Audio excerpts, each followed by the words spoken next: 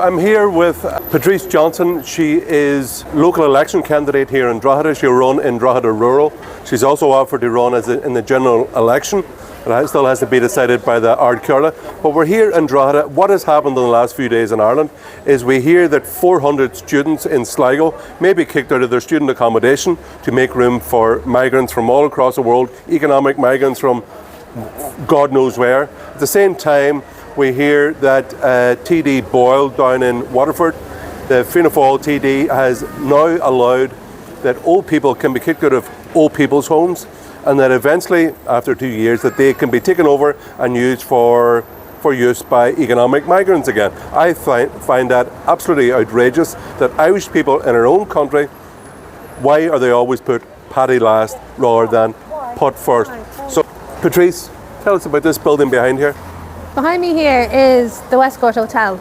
It did close down during COVID and was reopened as a hub for Ukrainians.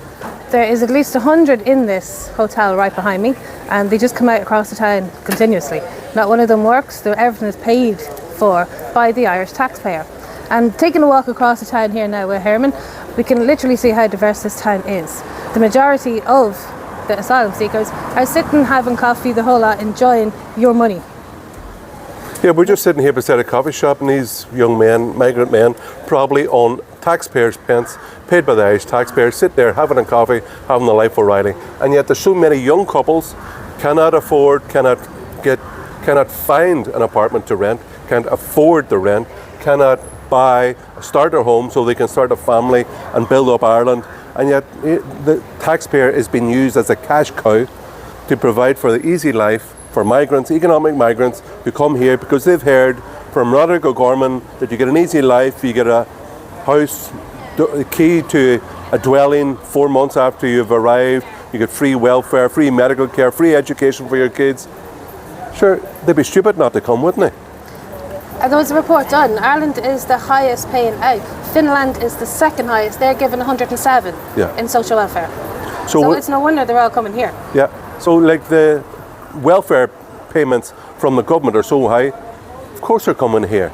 Like and once again, it's Irish people are put last on the list, be it for students who look for accommodation, for old people who've been kicked out of old people's homes, and even anybody on the social housing list on HAP. There's so many across the whole country, when we look at the housing list, Irish people are often just a fraction of those who are offered houses. So Patrice, I hope you do well. I'm sure you'll do very well in the Drogheda Rural ward. Why? Because it has Termon Feckin, which has a direct provision centre, and also has Clogherhead, which is a fishing village. And of course, we will do very well. Why do you think we'll do well among fishermen? Push with the EU's fishing policy.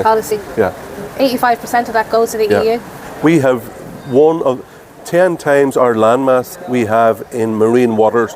Ireland has the most fertile fishing waters in the whole of Europe, and yet Irish fishermen get only 15% of all fish caught in Irish waters, where 85% of the rest of it goes to boats from Netherlands, even the Czech Republic, which doesn't have a coastline.